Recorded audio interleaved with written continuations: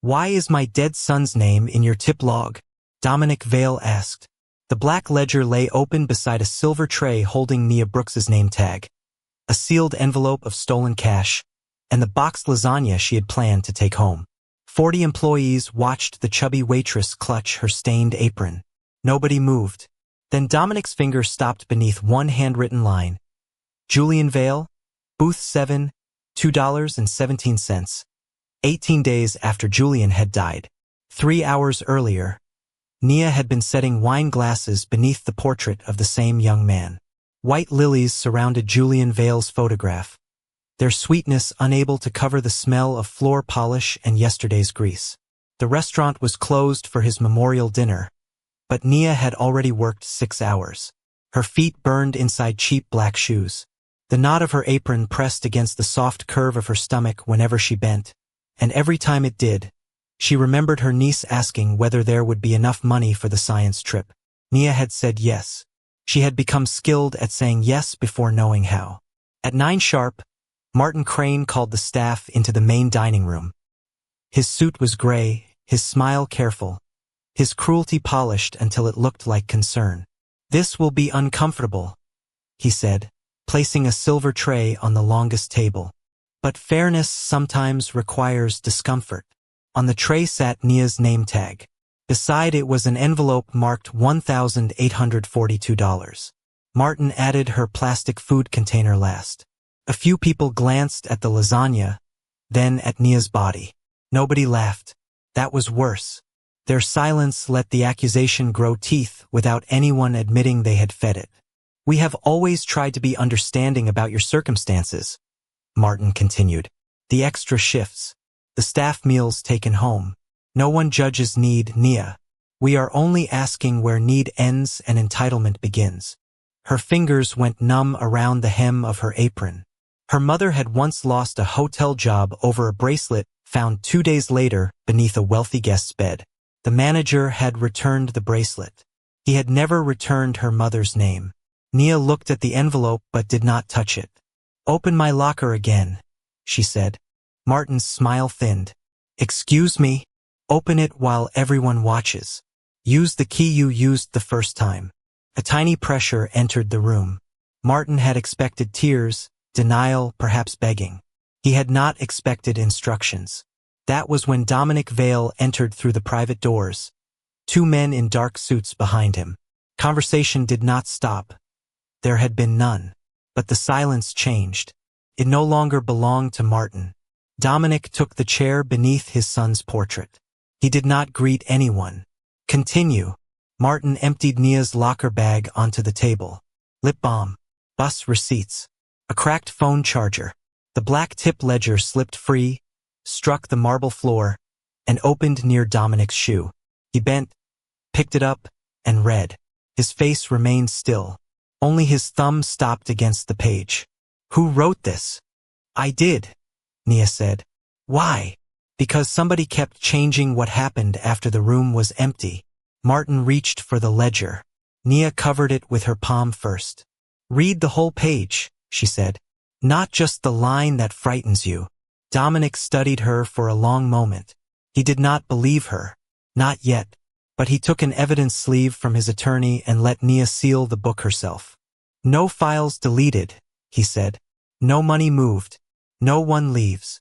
Martin remained calm. He opened a thick personnel folder and slid it toward Dominic. "Before grief makes this decision for you, sir, you should see how long she has been preparing this story." The first page was a written confession bearing Nia Brooks's signature. Nia stared at the looping B, at the careful final S, and felt the room grow colder. It looked exactly like her handwriting. She had never signed it. For 3 seconds, Nia forgot how to breathe. The signature was hers in shape but not in pressure. Whoever had copied it had practiced the curves and missed the anger. Nia always pressed hardest on the first stroke of the B. This one leaned softly into the paper, polite even in betrayal. "I didn't sign that," she said. Martin lowered his eyes as if her denial disappointed him. "Of course that is what you would say." He turned the next page. A register report showed her employee login adjusting 6 tip totals after midnight. Another page showed her key card entering the management office at 2:13 a.m. Then came a security still. Nia alone beside the safe, old phone raised toward the computer monitor. The room tightened around her. Somewhere behind the kitchen doors, the industrial dishwasher began another cycle, water hammering metal with the steady violence of rain on a coffin. Dominic did not look at Nia. He looked at the timestamps. You were here at 2:13? Yes. Why? I needed aspirin. His gaze moved to the photograph. The medicine cabinet was on the opposite wall. Nia knew he saw it. She also knew Martin saw him see it. Tell me again, Dominic said. His voice was quiet enough that everyone leaned closer. Nia's tongue touched the back of her teeth. Mateo had stood beside her that night, hands shaking, whispering that $40 had disappeared from his share again. He had 2 children in Cicero and a work permit renewal still sitting unanswered. Martin knew that. Martin knew exactly which frightened people could be turned into silence. I went into the office, Nia said. I'm not giving you someone else's name. A hostess near the bar exhaled through her nose. To them, it sounded like guilt protecting an accomplice. Martin folded his hands. This is what concerns me most, Nia. Not the money, the pattern. Secret records, unauthorized photographs, refusal to cooperate. He slid forward 3 incident reports. Each described staff meals she had taken home. Each used the phrase financial boundaries. We accommodated a great deal because we understood your situation. The double shifts. Your niece. The extra food. His eyes flicked toward her body before returning to her face. But compassion cannot become permission. Nia felt every gaze touch the softness beneath her apron, as if hunger had a shape and hers proved it. Her mother had once stood beneath hotel lobby lights while a manager explained that poverty created temptation. 2 days later, the missing bracelet had been found beneath a guest's bed. Her mother received no apology, only a final paycheck with 6 hours removed. Nia reached for the confession. Martin placed one finger on it.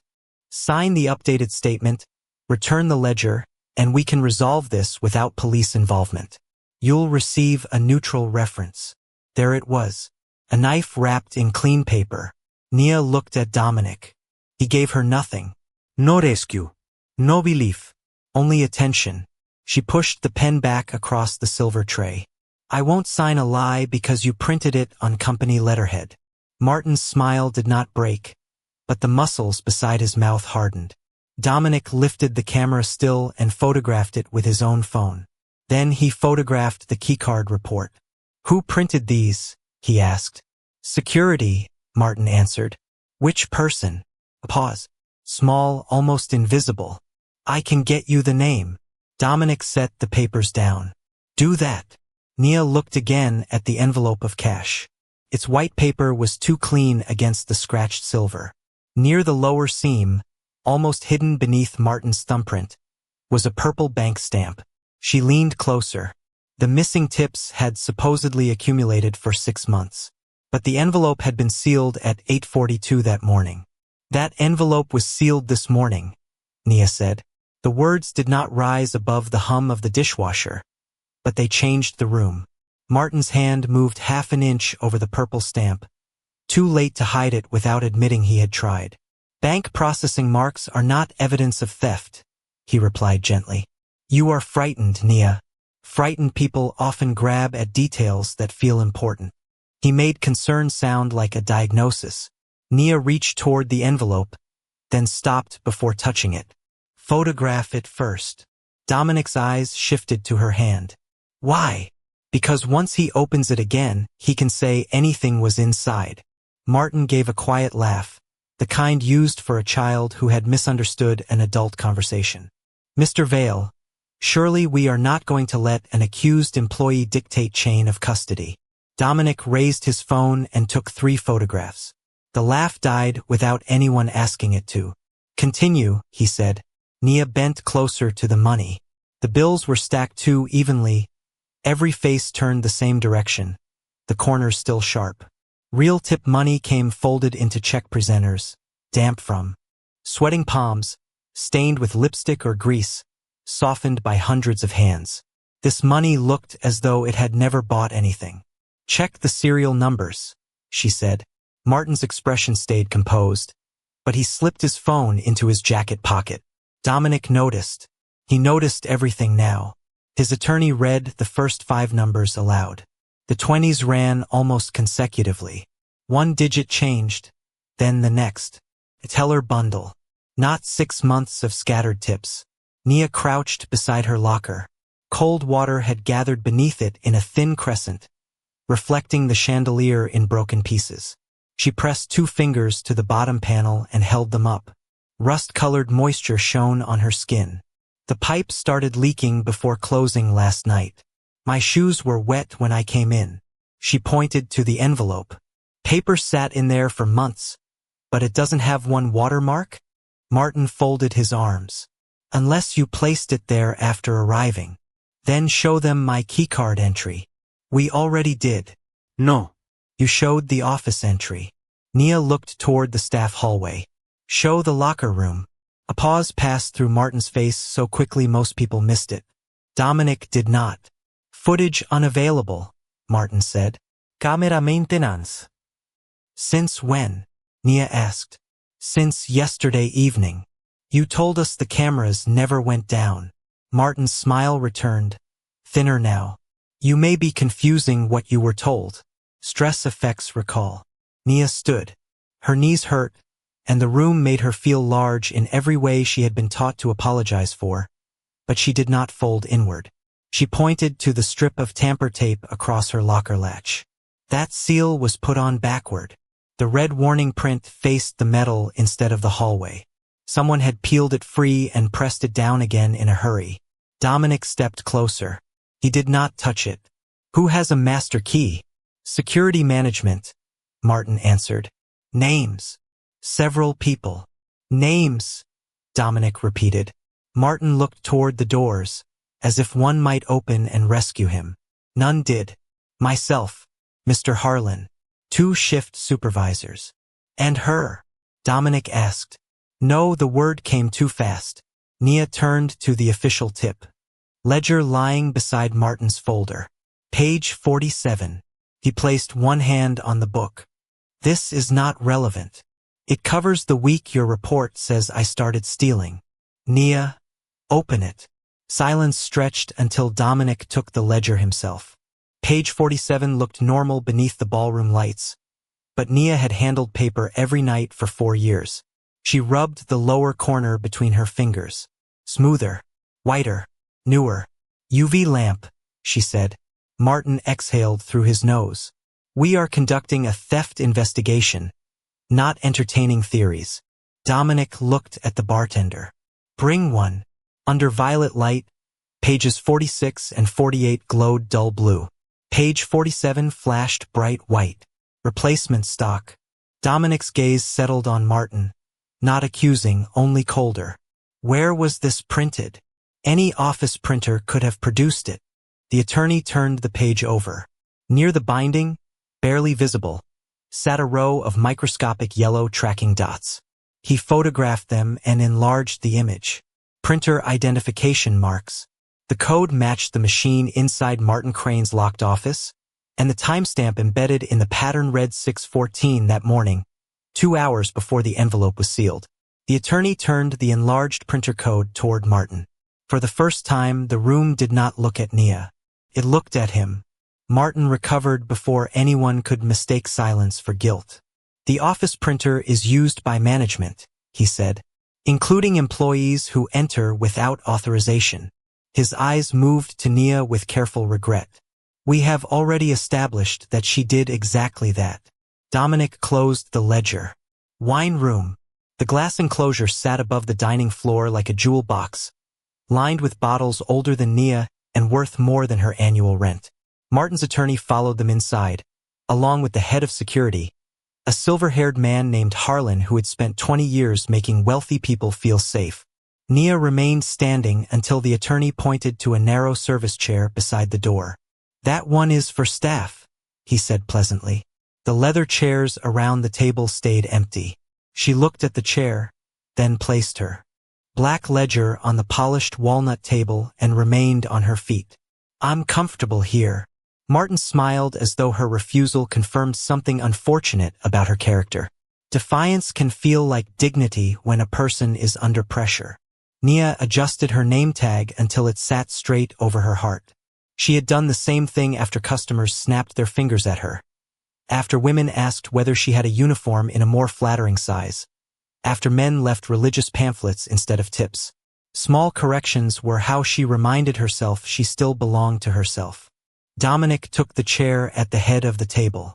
He did not invite anyone else to sit. "The name in the book," he said. "Tell me about him." Nia removed her cracked old phone from her apron pocket. The attorney extended a hand. "I'll take that." She held it closer. "You'll copy it while I watch." "Ms. Brooks, this is now company evidence. Then the company can look at it without making it disappear." Harlan's mouth tightened. "You are speaking to people who have protected this family for decades." Nia met his eyes. "Then protecting one phone should be easy." The room went still. Dominic looked at Harlan, then at the forensic reader on the side table. "She connects it." Nia attached the cable herself. The screen flickered, revealing a photograph of a yellow receipt from booth 7. The timestamp read 11:52 p.m., 14 months earlier. At the bottom was a signature, J. Vale. Martin leaned back. A photograph of a receipt proves only that she had access to a receipt. Dominic studied the drink order. "Chamomile." "Yes," Nia said. "My son hated tea." It was the first thing he had offered her that sounded like certainty. Everyone waited for her to adjust. She did not. He didn't drink it. He let it go cold until Mr. Crane left the room. Then he ordered black coffee with 1 strip of orange peel. Dominic's hand stopped beside the phone. Martin looked toward the shelves. Harlan looked at Dominic. Nia understood then that the detail belonged to the family, not the restaurant. "Who told you that?" Dominic asked. "No one. I made it." She swiped to the next image.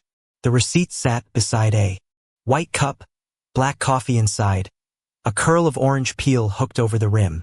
Reflected in the dark window behind it was the shape of a man in a gray suit standing near booth 7. "Martin." The attorney leaned closer. "Reflection is not identification. Check the original camera file," Nia said.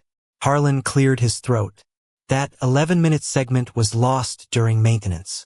Dominic looked at him. "Lost? Corrupted? You said maintenance."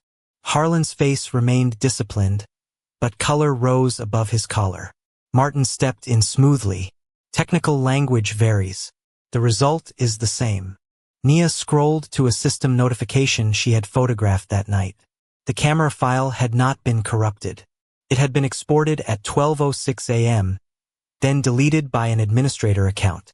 Harlan reached for the phone. Dominic placed 2 fingers on the table. He did not raise his voice. "Don't." Harlan stopped. Martin gave a tired sigh, as though the room had become unreasonable. This is precisely why distressed employees should not conduct private investigations. Fragments become stories. Stories become accusations. Nia enlarged the export notice. "Then explain the account." The administrator ID belonged to security, not Martin. For 1 second, relief entered his face. Then Nia pointed to the authorization line beneath it. The export had been approved from Martin Crane's office terminal at 12:04 a.m., 2 minutes before the file was supposedly corrupted. No one spoke. The authorization line glowed on the cracked screen between them, small enough to miss and precise enough to ruin a lie. Martin looked at it once, then at Dominic. "My office terminal can be accessed by senior staff," he said. "You know that." Dominic did know it. That was what made Martin's answer dangerous. It was reasonable, calm, almost true. Nia slid the phone closer to herself. A notification flashed across the top of the screen before she could lock it. "Unknown number. Bring the red book to the walk-in. Come alone or Mateo pays for it." Her thumb covered the message, but Martin's eyes had already moved. Not to the words, to her face. "Something wrong?" he asked gently. Nia looked toward the glass wall. Beyond it, the dining room waited beneath white lilies and Julian's portrait. The industrial kitchen doors swung once, then settled. No, she said. It was the first lie she told for herself. She tucked the phone into her apron and picked up the ledger. Restroom. Harlan moved to block the door. Dominic raised one finger. Harlan stepped aside. Nia walked past rows of polished tables without hurrying. The kitchen smelled of bleach, onions, and coffee burned down to tar. A damp towel lay twisted beside the dishwasher. She picked it up, wrapped it around her old phone, and set a 4-minute message timer addressed to Dominic's private number. If she did not cancel it, the phone would send her location, the receipt photographs, and every page she had copied from the ledger. Then she entered the cold storage hallway. The walk-in door stood open 6 inches. Cold air breathed through the gap. "Mateo?" she called. Nothing. She stepped inside. Shelves of cream, produce, and wrapped meat rose around her beneath a humming white light. The door slammed behind her. Metal struck metal outside. Nia lunged for the safety release. It did not move. A length of wire had been threaded through the exterior latch. "The book," a man said through the insulated door. His voice was distorted, but not unfamiliar. She had heard it every morning saying good evening to Martin.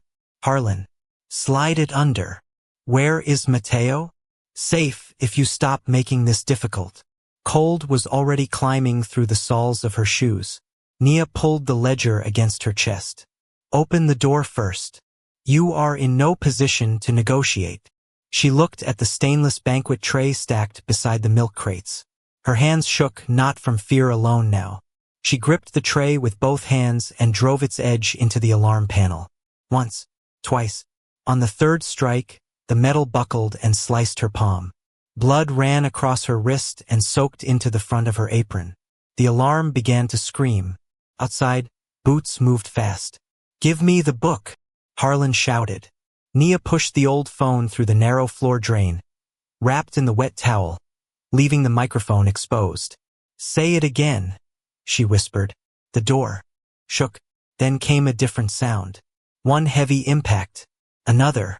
The latch tore free, and Dominic entered through a cloud of white vapor with 2 men behind him. Nia was sitting on the floor, lips pale, one hand bleeding, the other pressed flat against the hem of her apron.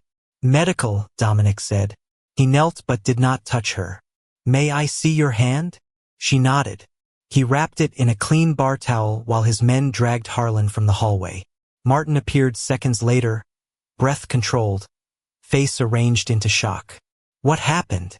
Nia looked at him. "Someone wanted the receipt." She pinched the blood-soaked hem of her apron and pulled. The stitches broke one by one. From inside the lining, she removed a folded yellow receipt and a plastic hospital bracelet. Dominic took neither until she placed them on the floor between them.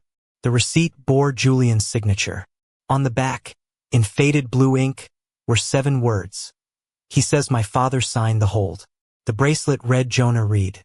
The birth date was Julian's. Martin crouched, studying it with professional concern. A common date, a common alias. She could have obtained that anywhere. Dominic turned the bracelet over, red already spreading through it. "I can work."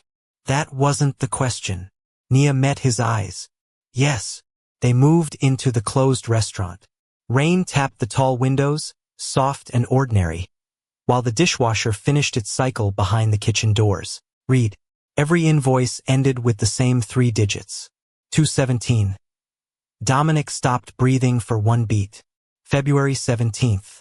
The day his wife died. That night, the restaurant was dark except for the blue light above the bar and the red blink of the security camera inside Martin's office. Released the bag.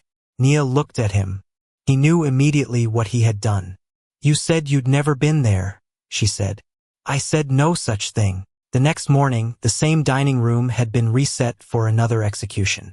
White lilies still surrounded Julian's portrait. The silver tray sat beneath it, polished clean, carrying the unsigned confession Martin had prepared for Nia. 2 police officers waited near the front doors. Corporate counsel occupied the leather chairs. Every server, dishwasher, bartender, and hostess stood along the walls beneath the chandeliers that had watched Nia become a thief in their eyes. Martin entered last, wearing a navy suit and the calm expression of a man who believed paperwork could outlive truth. "This meeting is about protecting the dignity of the Vale name," he began. The front doors opened before he reached the second sentence. Nia walked in wearing her uniform. The brown shadow of dried blood remained at the hem of her apron. Dominic followed one step behind her. He pulled out the chair at the head of the table. Nia looked at it, then remained standing. "I served this room on my feet," she said. "I can tell the truth the same way." Martin gave the officers a regretful glance. "Mr. Vale, she has already admitted unauthorized access and evidence theft." "She admitted nothing," Dominic said. His voice was almost gentle. "Continue, Nia." She placed the black ledger on the silver tray. Beside it she laid the bank-stamped envelope, the original yellow receipt, the hospital bracelet, and her cracked old phone. Each object made a small sound against the metal. Each sound seemed louder than the last. She opened the ledger to the missing tip entries. On the screen behind her appeared the matching Hawthorne invoices. $86 missing from servers. $86 paid to the clinic. $40 taken from Mateo. $40 sent through employee wellness. Page after page, the people Martin had treated as invisible became names, dates, and amounts. "Coincidence," Martin said. Nia played the recovered voicemail. Julian's weak voice filled the dining room. "Crane says Dad signed it. He says I'm safer dead." Dominic went pale. Not dramatically. The color simply left his face as though grief had reached inside and closed a hand around his heart. Nia placed the forged medical hold beside him. "That signature is yours," Martin said quickly. Dominic stared at it. "No," he touched the final stroke of Vale. "He practiced my name. He never learned my hand." Nia connected the old phone to the screen. Security footage appeared from door 4. Martin led a thin young man in a dark coat through the service corridor. The timestamp matched booth 7. The young man paused beneath the camera and set coins on a utility table. 2 dimes, a nickel, and 2 pennies. $2.17. Dominic's mouth opened, but nothing came out. For 14 months, he had paid men to search rivers and airports while his son had left a message inside his own restaurant. Nia looked at the employees lining the wall. "He chose me because he thought no one would care if I disappeared from the schedule." Then she played the office recording. Martin's voice came through clearly. "The North Annex was medically secure." His face changed. That conversation was manipulated. Nia turned the settlement contract toward corporate counsel. The document metadata read Jonah Reed transfer template. Then she opened the final video file. Harlan's hand locked the freezer. Martin's authorization code appeared above the access record. The room became so quiet the refrigeration unit behind the bar sounded like breathing. Martin looked toward Dominic. "I protected this family. Julian was unstable. She has poisoned you with fragments." The doors behind him opened. Julian Vale entered beside a doctor and an attorney. He was thinner than the portrait, one wrist still marked by hospital tape, but he walked without help. Dominic stood. His chair struck the floor behind him. He could not speak. Julian looked past his father and fixed his eyes on Martin. "You told me he signed the cage." Martin's composure finally cracked. "Julian, you were ill. You don't understand what was required." Nia stepped between the silver tray and Martin when he reached toward the contract. "Don't touch it." He stopped. She picked up her name tag and pinned it over her heart. "You didn't choose me because I looked guilty. You chose me because you thought nobody would mind losing me." Martin turned to Dominic. Dominic did not look at him. He placed the forged hold, the hospital bracelet, and the original receipt in a straight line across the table. Then he looked at his attorney. "Lock every account." The attorney closed his laptop and began making calls before Martin understood that the room no longer belonged to him. Accounts were frozen first. Then the Hawthorne contracts. Then every personnel file Martin's office had altered in the previous 5 years.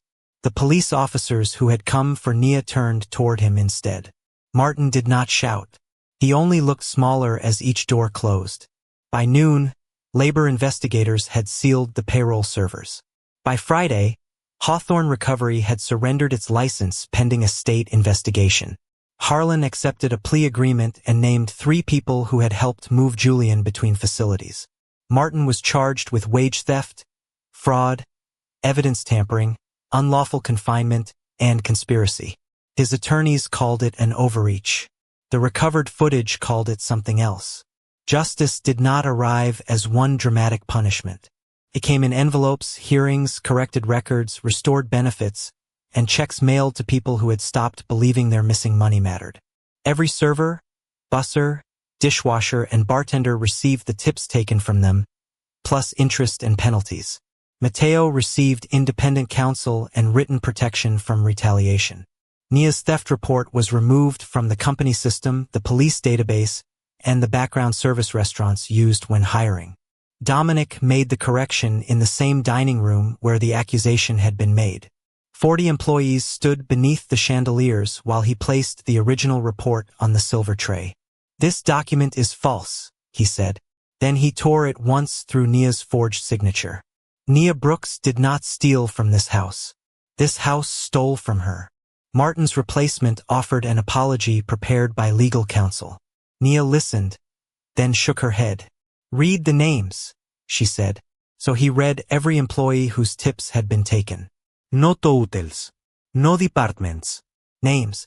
9 months later, Vesper House reopened under rules. Nia had written into the operating agreement herself. Managers could no longer alter tip records alone. Employees elected 2 members of the audit committee.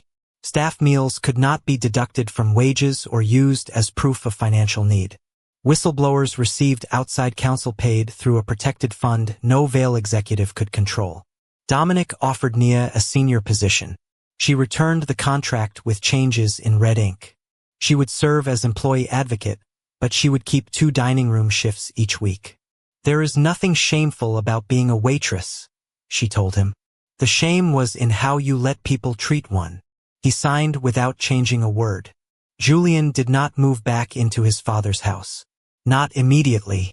He chose an apartment near his therapist and met Dominic twice a week, sometimes for an hour, sometimes for 10 silent minutes over coffee.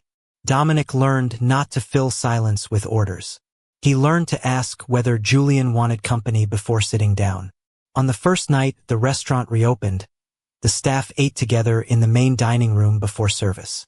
Nia's lasagna arrived on a white plate, hot enough to steam beneath the chandelier. No plastic container.